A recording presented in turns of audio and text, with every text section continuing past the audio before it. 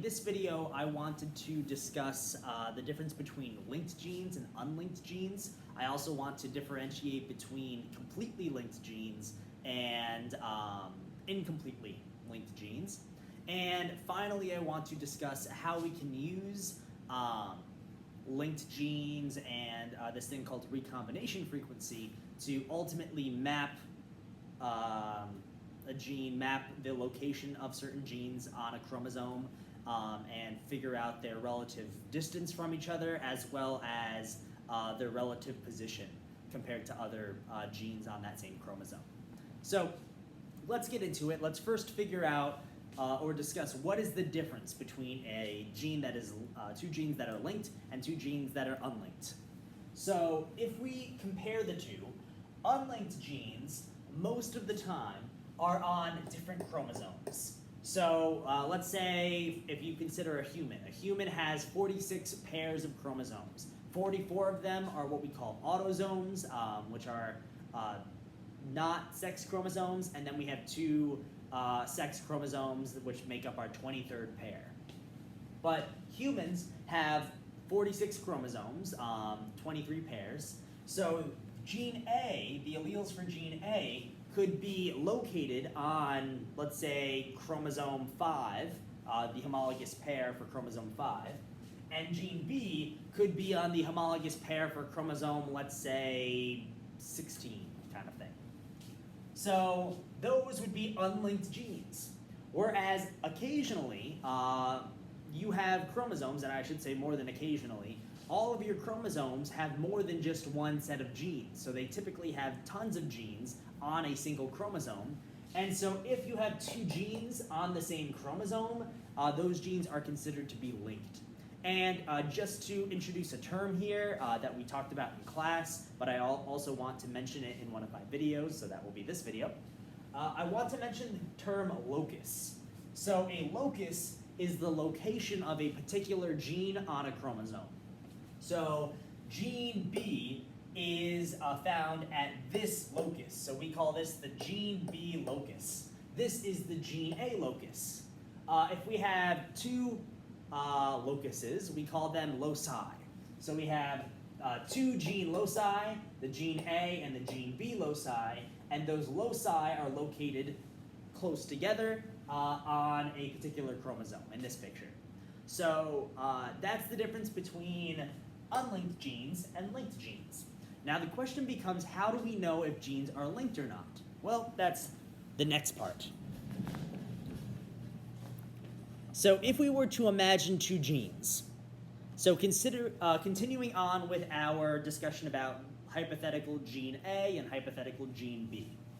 So we have gene A with its two alleles. So for this particular organism, it has a genotype that shows us that it is homozygous dominant for gene A as well as for gene B. And here we have a specific organism that has a genotype that is homozygous for the recessive A and homozygous for the recessive B. So we have these true breeding organisms for hypothetical gene A and gene B. Now, when we cross them, this right here is our P generation, by the way, our parental generation. When we cross these two, we end up getting the familiar double heterozygote, the dihybrid, if you will, where we have an organism that is a heterozygote for the A gene and a heterozygote for the B gene. And all of them are going to be that way because if you think about it, and if you remember back to Mendel's law of segregation, we need to only donate one A allele and only one B allele. So each parent can only donate one of these alleles. And since this is the male, I'm going to put that within a sperm cell. So these are passed on in the gametes, in the sex cells, or the germ cells. Germ cell is another word for gamete. And for the mother, she's passing on just a little A and just a little B. So the two recessive alleles, and that gets passed on to the offspring. So all of the offspring are going to have a dominant A and a dominant B from the father, and a recessive A and a recessive B from the mother. So this will be the genotype of all of the F1 offspring. Now, imagine if we did what is called a test cross, where we crossed our double heterozygote with an organism that is entirely recessive for every gene of interest. So it is recessive for the A gene, and it is also recessive for the B gene. We do test crosses for a number of reasons, depending on the circumstance. We could use a test cross to figure out the unknown genotype of a known phenotype. So hypothetically, if you had a pea plant that was yellow, you don't know if it's heterozygous with one dominant allele and one recessive allele, or homozygous dominant with two dominant yellow alleles. So we could do a test cross to figure that out, where we cross it with something that is entirely recessive for that trait. But that's a little bit of a digression, so I want to stay on task here. And so we can do a test cross to see, are the A genes, or is the A gene linked on the same chromosome with the B gene? And so we can do a test cross to figure that out. So one thing I want to note, that if these two genes, the A gene and the B gene, are unlinked, so they are located on different chromosomes, they are going to undergo independent assortment. Independent assortment. I've talked about this a couple times in some of my previous videos. If you don't know what independent assortment is at this time, make sure you go back and look at my other videos discussing that topic. But if they're on, or if the genes are located, or if the gene loci are on different chromosomes, then they will assort independently of each other. So we will have all of these gametes, all of these sex cells, and they're all equally likely. So 25%, I'll put 25, 25, 25, 25. So 25 roughly percent of the time, we will see any given one of these gametes with these particular allele combinations. Now, if the genes are linked, we're only going to see two possible gametes. Here we go. We're only going to see two possible gametes. We're going to see either the big A with the big B, so the two dominant ones together, or the two recessive ones together. And so we will only see 50% of the time this, and 50% of the time this. Now, the reason why I put the dominant ones together and the recessive ones together in this circumstance all has to do with the parents. So let's take a quick look back at the parents. In our example, we had a parent that was big A, big B, and a parent that was little a, little b, little b. So if these genes were in fact linked, and let's say very closely linked, they're super close on the chromosome, this parent would have a homologous pair of chromosomes, and it would have two capital A's and two capital B's.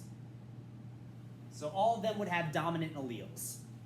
This one over here, the mom, would have little a, and little b, little b.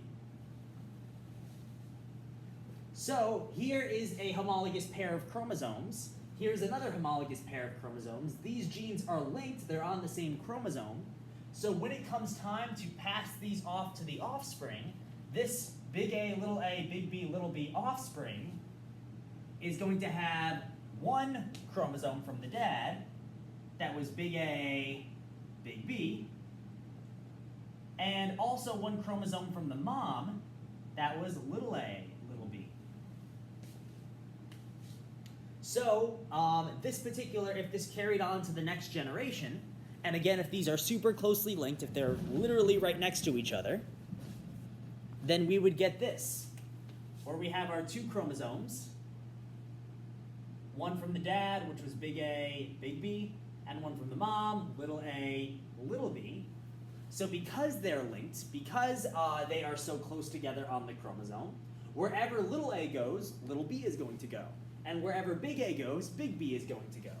So therefore, that is why I have these specific genotypes. If we started off with parents that were, let's say the dad was big A, little b, and the mother was little a, big B, we would still see in the offspring, all the offspring would be big A, big B. That would be their genotype. But if we looked at the chromosomes, it would have one chromosome that had a big A and a little b, and one chromosome that had a little a and a big B. In which case, these gametes would be slightly different.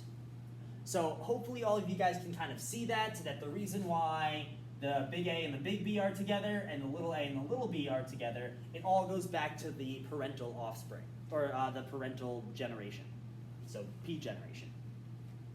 So let me erase this to avoid confusion. And so here we have the situation if the genes are linked. Now, if you recall, we are crossing our F1 double heterozygote. So let me go back to the picture. If you recall, we are doing a test cross between our F1 double heterozygote and this particular organism that is completely recessive for every trait, every gene of interest. So in this circumstance, let's say just for the sake of argument, this is a female, and we cross it with a male. This male can only produce gametes that are little a, little b.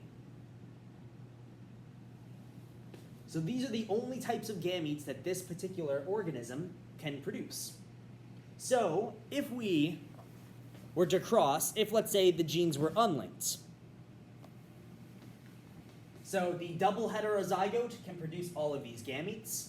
The organism that is completely recessive for everything can only produce this, a little a and a little b. So if this fertilizes this, there's a 25% chance that the offspring, the F2 offspring, are going to be big A, big B, little b, in which case their phenotype is dominant.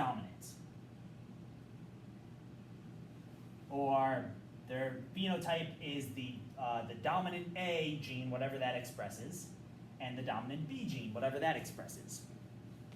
Now, if this sperm fertilizes this egg, there's a 25% chance, so 25% chance of the offspring being big A, little b, little b. Or dominant for the A, recessive for the B. So I'll put big A, comma, big B. So that would be a phenotype. So instead of this, let me just put, little b. Big A, big B as the phenotype. Here, if this sperm fertilizes this egg, we have 25% of the offspring being little a, big B, little b, or recessive A, or recessive for the A trait, but dominant for the B trait. And then finally, 25% of the F2 offspring, so I'll put F2 over here. 25% of the F2 offspring will be little a, little b, or recessive for the phenotype. So what we see is if we did this cross, this test cross, we would see a 1-to-1-to-1-to-1 ratio if the genes are unlinked. So if they assort independently. So 1-to-1-to-1-to-1. However, we're only going to see a 1-to-1 or 50-50 ratio if the genes are completely linked. So if we have this same thing, this little a, little b, fertilize this big A, big B, we will see this. 50% of the offspring will be big A, big B, little b. and 50% of the offspring will be little a, little a, little b, little b. Because again, this little a, little b sperm could fertilize this egg. So 50% will show the dominant A trait and the dominant B trait, and 50% will show the recessive A trait and the recessive B trait. So if they were unlinked, again to recap, if they were unlinked, we'd see 25, 25, 25, 25 percent. Whereas if they were linked, completely linked, we'd see 50-50. So 50% dominant-dominant, 50% recessive-recessive. So if you hypothetically did this cross, again, let's look back at this one. If you hypothetically did this cross with the P generation, then we have the F1 generation. We cross one of the F1s with this double recessive homozygote, and we get the F2 offspring.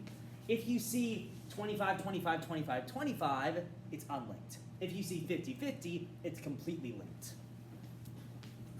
So let's do a hypothetical example. So here are our F2 offspring. And here, if we had a phenotype that was dominant-dominant, dominant for the A trait, dominant for the B trait, here it's recessive for the A trait, dominant for the B trait, etc. And let's say you counted 1,000 offspring. So let's say you're working with something like fruit flies that make tons of offspring. And we find, or you find as a scientist, after doing this sequence of crosses, that the fruit flies, or whatever organism, has the dominant A trait and the dominant B trait. Let's say about 253 of them have dominant A, dominant B. And then let's say about 247 are dominant A, recessive for B, in terms of what they're expressing, what they're actually showing. And then here, let's say 243, and then 257. So recessive for A, dominant for B, recessive for A, recessive for B. So in this case, that adds up to 1,000. Now, just looking at this, we can kind of see that these follow the pattern of the genes A and B being unlinked, or assorting independently. Because this is roughly 25, 25, 25, 25, or a 1-to-1 to 1-to-1 ratio.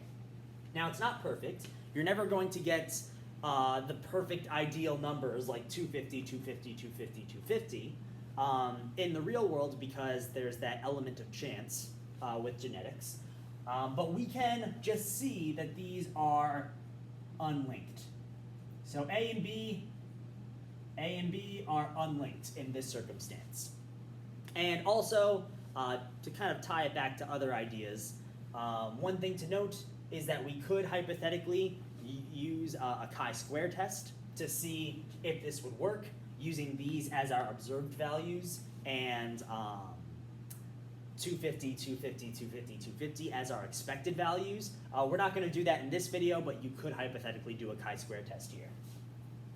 Now, let's change up our data. Let's imagine now that we got something like 0. Or actually, no, for this we would have this be 0. This, let's say, is 1, because sometimes there are outliers in an experiment. And then we have, and just to keep things simple, let's go 0. And let's say we had 510 of the offspring were dominant, and let's say 490 of the offspring are recessive. And we have none of these offspring here. This would lead you to believe, that these genes are not unlinked, but rather completely linked. Completely linked. And that's because we're not seeing any of these. So these, the gametes that would have produced these, are not even being made. So that means wherever big A goes, big B goes. Wherever little a goes, little b goes, and there's no in between. So that must mean that genes A and B are completely linked. Now, we have a third circumstance. So we talked about completely linked is 50-50, roughly. We talked about if it's unlinked, then it's going to be 25, 25, 25, 25. But what if you got something like this? I'm going to erase this data now. Erase this data, and I'm going to put some other hypothetical data here. So let's say that we got, for this cross, we got 400 and, let's say 5. 405. Here we have, let's say, 95. Here we have 103. And then here we have 397. So now you can kind of see that we don't have a 25, 25, 25, 25 situation. We don't have a 50-50 situation. So this is neither unlinked nor completely linked. What we call this is incompletely linked, because these were our original genotypes, where these, we can see that because we have a lot more of these than these, we can tell that the chromosomes, the alleles, are on the same chromosome, but these ones right here, these ones occurred because there's this other phenomenon that you might be familiar with called crossing over that could occur. So let's explain incomplete linkage real quick. And I'm going to have to take you all the way over here. I apologize about moving you around so much in this video. So let's talk about incomplete linkage. So here is an organism from the F1 offspring. Let me see if I can get that glare a little bit better. Okay, whatever. So here we have two homologous chromosomes. So we have a homologous pair of chromosomes, and we're assuming that the genes are linked and on the same chromosome. So what happens is, let's say that we have these two chromosomes forming a tetrad during prophase 1 of meiosis. And this one was the original paternal chromosome, so this one came from the dad in the P generation. This one came from the mom in the P generation. So let's assume that these are super, super close together, and let's just assume that no crossing over occurs at all. We would see when these eventually split twice in meiosis 1 and 2, in the gametes, one of these gametes is going to have the dominant A and the dominant B. So that is one of the gametes. One of the gametes here could have a dominant A and dominant B. This gamete would have a recessive A and a recessive B, and this gamete would have a recessive A and a recessive B. So in this circumstance, we see 50-50. So 50% here, 50% here. So this follows complete linkage, where we have a 50-50 ratio. These will go on to fertilize the test cross organisms, or like basically they will combine with the test cross organisms' gametes. But ultimately, here are the two possible gamete situations. And that's if they are completely linked. Now, if they're super, super close together, let's say A and B are like right there. Like A is right on top of B, pretty much. What could happen is we could see some crossing over, where this piece of this chromosome swaps with this piece, but if they're super, super close together, it's still hard to separate them using crossing over.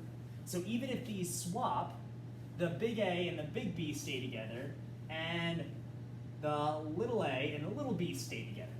So if they're super, super close together, not even crossing over can separate them, or it will rarely separate them. Now let's say there's some space in between A and B. And so the more space, the better. The more space will allow for more potential crossovers to occur. So if there's some space, enough space where we can get a crossover that separates the A and the B loci, the A and the B genes, for these inner chromatids, not these outer chromatids, but the inner ones. We could end up seeing this A come over here, so now we had a little a with a big B, and we could end up seeing a big A. So the big A went over here, little a went over here, so we could see a big A with a little b. So crossing over, even if the genes are linked, crossing over could separate those genes on occasion, and so we're not going to see the perfect 50-50 ratio. But we're also not going to see the perfect 25-25-25-25 ratio. So we'll see that, like, let's say 40% of the time, and this could vary, but 40% of the time, we'll see this gamete, because A and B might stay together on those inner chromatids, they might not. But these ones are always going to stay together on the outer chromatids, so at least 25% of the time, we're going to have big A and big B, and at least 25% of the time we'll have little a and little b together, and sometimes more than 25% because this crossover doesn't separate these alleles.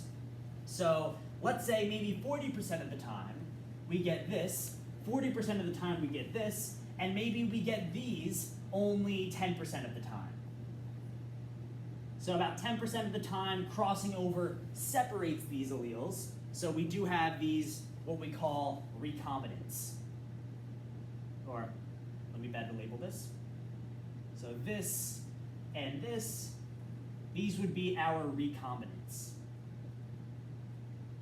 our genetic recombinants. And these over here are our non-recombinants. So if you see, again, just to recap, if you see 25, 25, 25, 25, in the F2 offspring with the cross that I showed you earlier, then it's unlinked. It's going to be on different chromosomes, pretty much. If you see 50-50, they are closely linked. They are right on top of each other. Not even crossing over can separate them.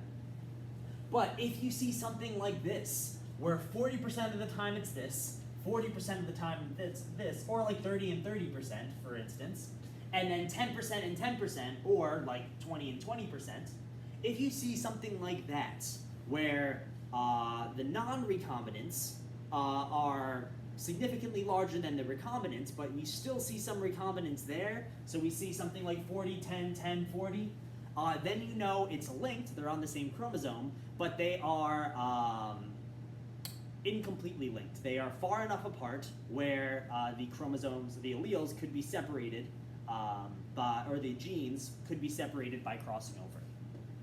So hopefully that makes sense. I know that was a lot to process, especially if you're hearing this for the first time. But that is incomplete linkage. Now, one thing that's kind of neat, and what scientists have done with this, they took it a step further.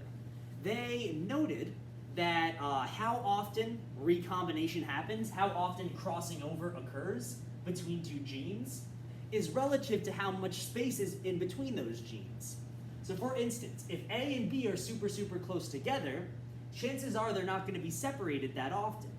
But if they're super, super far apart, it's more likely that crossing over will separate them because there's more space in between them for crossing over to occur, and crossing over is kind of random for the most part, but there's more space in between them for crossing over to occur. So if we have more recombinants, then that means that they're further apart. But if we have fewer recombinants, that means that they are closer together. And we can use this thing called recombination frequency to figure out how far or how close together genes are. So we're not going to get super, super in-depth with recombination frequency, or here we go, because that's not something that you need to know for the AP exam. You don't need to know how to calculate recombination frequency.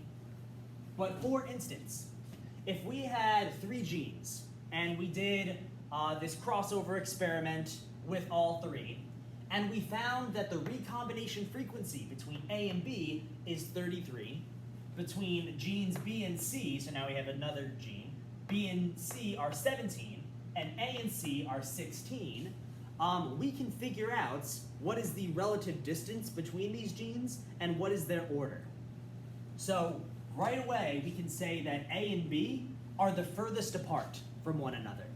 And the reason for that is because they have a high recombination frequency. So let me switch markers a little bit. So this is our recombination frequency. So they have a relatively high recombination frequency, which means they get split up pretty frequently. So if that's the case, if they have a high recombination frequency and they get split up a lot, that must mean that they're pretty far apart on the chromosome. So here's our chromosome. We'll put A on one end and B on the other. And they are roughly what we say are 33 map units, MU. So their map distance is 33 map units apart. Now, right in the middle of all this action is C, or sort of in the middle. So we say that A and C are about 16 map units apart, and then C and B are about 17 map units apart. And I made these numbers nice so that 16 and 17 add up to 33. So right there, using the recombination frequencies, we were able to do this thing called gene mapping, also called genetic mapping, also called linkage mapping. But basically, we were not only able to figure out how far are each of the genes from each other, but we were able to use this information and figure out the order of the genes, so, of the gene loci. So we could see that the locus for A is here, the locus for C is in the middle, and the locus for B is down the chromosome a little bit. And also, just to kind of point out, this information doesn't tell us whether it's like this, or if B comes first and A goes last. If you put B here and A here, that also works. You just have to make sure that the 16 map units are here and 17 map units are there. So that's pretty much it. I know that was a little bit of a longer video than I usually make, but that was a lot of information to digest. So just to recap, linkage versus unlinkage. Linked means that they're on the same chromosome. Unlinked means they're not on the same chromosome. You could have, if they're not on the same chromosome, they assort independently. So you get 25, 25, 25, 25 in the F2 offspring. If they're on the same chromosome and they're very, very close together, we get a 50-50 ratio in the F2 offspring. But if they are on the same chromosome but kind of far apart, that's when we get not that clean 50-50 or 25, 25, 25, 25 ratio. And instead we get something like 40, 10, 10, 40, or 30, 20, 20, 30. So hopefully that was helpful, and if you have any questions after this video, just come and ask.